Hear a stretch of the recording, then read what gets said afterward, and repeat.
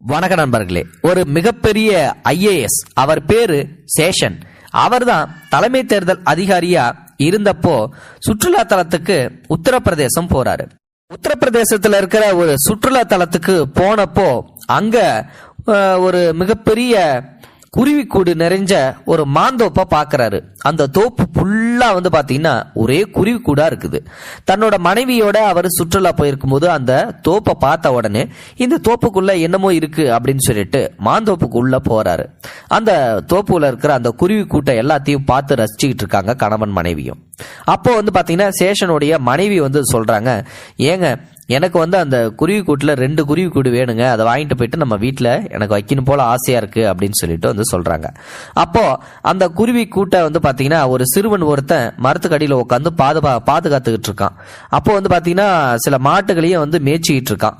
மாடு மேய்க்கிற சிறுவன் அப்படின்னு சொல்லிட்டு சாதாரணமா நினைச்சாங்க அந்த பையனை கூப்பிடுறாங்க சேஷனுடைய மனைவி. அவங்க கூப்பிட்ட அடுத்த நிமிஷமே என்னங்க அப்படின்னு சொல்லிட்டு அவனும் கேட்கறான், தம்பி நீ தானே இந்த குருவி கூட எல்லாம் பாதுகாத்துக்கிட்டு இருக்க அப்படின்னு சொல்லி கேட்கறாங்க. ஆமா, இது எங்க தோப்பு தான், நான் தான் பாதுகாத்துட்டு இருக்கேன், சொல்லுங்க அப்படின்னு சொல்லிட்டு கேட்கறாங்க. அப்போ பாத்தீங்கன்னா எனக்கு இதுல 2 குருவி கூடு வேணும்பா, நீ குருவி கூட கொடு அப்படின்னு சொல்லிட்டு சொல்றாங்க. அப்போ பாத்தீங்கன்னா இல்ல தர முடியாது, அதெல்லாம் தர முடியாது அப்படின்னு சொல்லிட்டு அந்த சின்ன பையன் சொல்றான். தம்பி நான் ஒன்னும் ஓசா கேட்கல, உனக்கு நான் வேணா 10 ரூபா பைசா கொடுத்துட்றேன் அப்படின்னு சொல்லிட்டு சொல்றாங்க. 10 ரூபாயா? எனக்கு 10 ரூபாய் வேணா, ஒண்ணு வேணாம், குருவி கூடலாம் தர முடியாது, நீங்க போங்க அப்படின்னு சொல்லிட்டு அந்த பையன் சொல்லிடுறான். உடனே பாத்தீங்கன்னா சேஷனுடைய மனைவிக்கு கொஞ்சம் வருத்தமாயிடுது. தாம ஒரு ஐஏஎஸ் அதிகாரியுடைய மனைவி நமக்கே கிடைக்கலையே அப்படின்னு சொல்லிட்டு அந்த சிறுவன் கிட்ட கோவப்படாம தன்னுடைய கணவனான சேஷன் கிட்ட ஏங்க எனக்கு இதுல 2 குருவி கூடு வேணும்னு சொல்லிட்டு அந்த பையன்கிட்ட கேட்டா அவன் தரமாட்டேன்றான், காசு கூட 10 ரூபா தரேன்னு சொல்லி சொன்னேன், அப்பயும் தரமாட்டேன்றான் அப்படின்னு சொல்லிட்டு சேஷன் கிட்ட போயிட்டு சொல்றாங்க.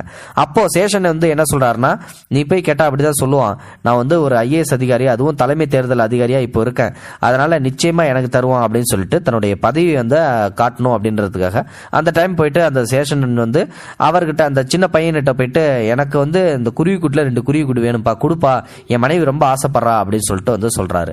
அப்பயும் பாத்தீங்கன்னா அந்த சிறுவன் தர முடியாது சார், எங்களுக்கு மன்னிச்சிருங்க, தர முடியாது அப்படின்னு சொல்லி சொல்றான்.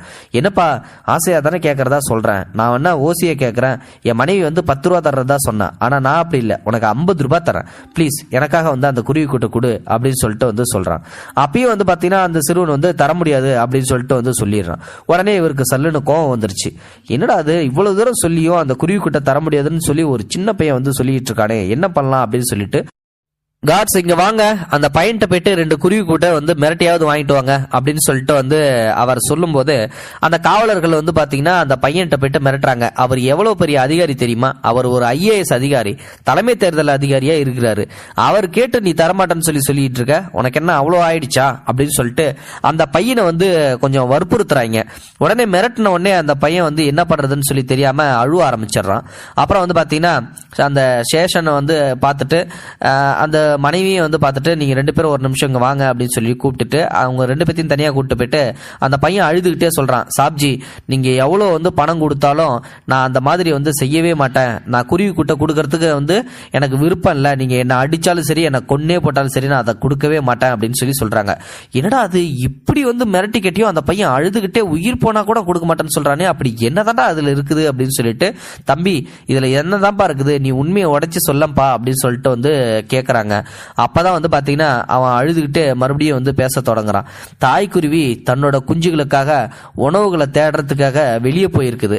திரும்பி அந்த கூட்டை அங்க காங்கல அப்படின்னா கண்டிப்பா தாய்க்குருவி அழுவ ஆரம்பிச்சிரும். அந்த குருவி இருந்த அந்த கூடு இருந்த அந்த கூட்டையே அந்த இடத்தையே சுத்தி சுத்தி வரும். அதை பார்க்கறதுக்கு எனக்கு மனசு இருக்காது, நிச்சயமா நான் செத்தே போயிடுவேன், அதுக்கு நிஜத்திலே செத்தாலும் பரவாயில்ல அப்படின்னு சொல்லிட்டு விம்மி விம்மி அழுவுறான்.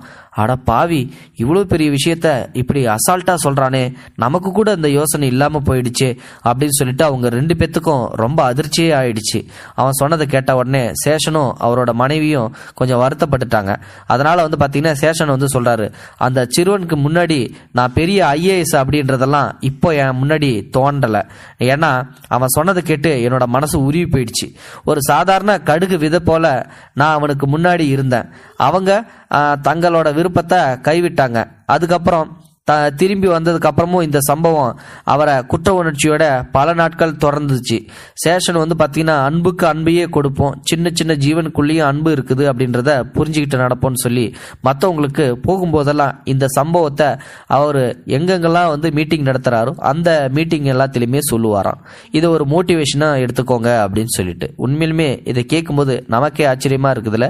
ஒரு சின்ன பையனா இருந்தும் கூட சாதாரண ஒரு சின்ன குருவிக்காக ஐஏஎஸ் அதிகாரியான சேஷனையே எதிர்த்திருக்காரு அப்படின்னா உண்மையிலுமே இது பாராட்டக்கூடிய விஷயம்தான்.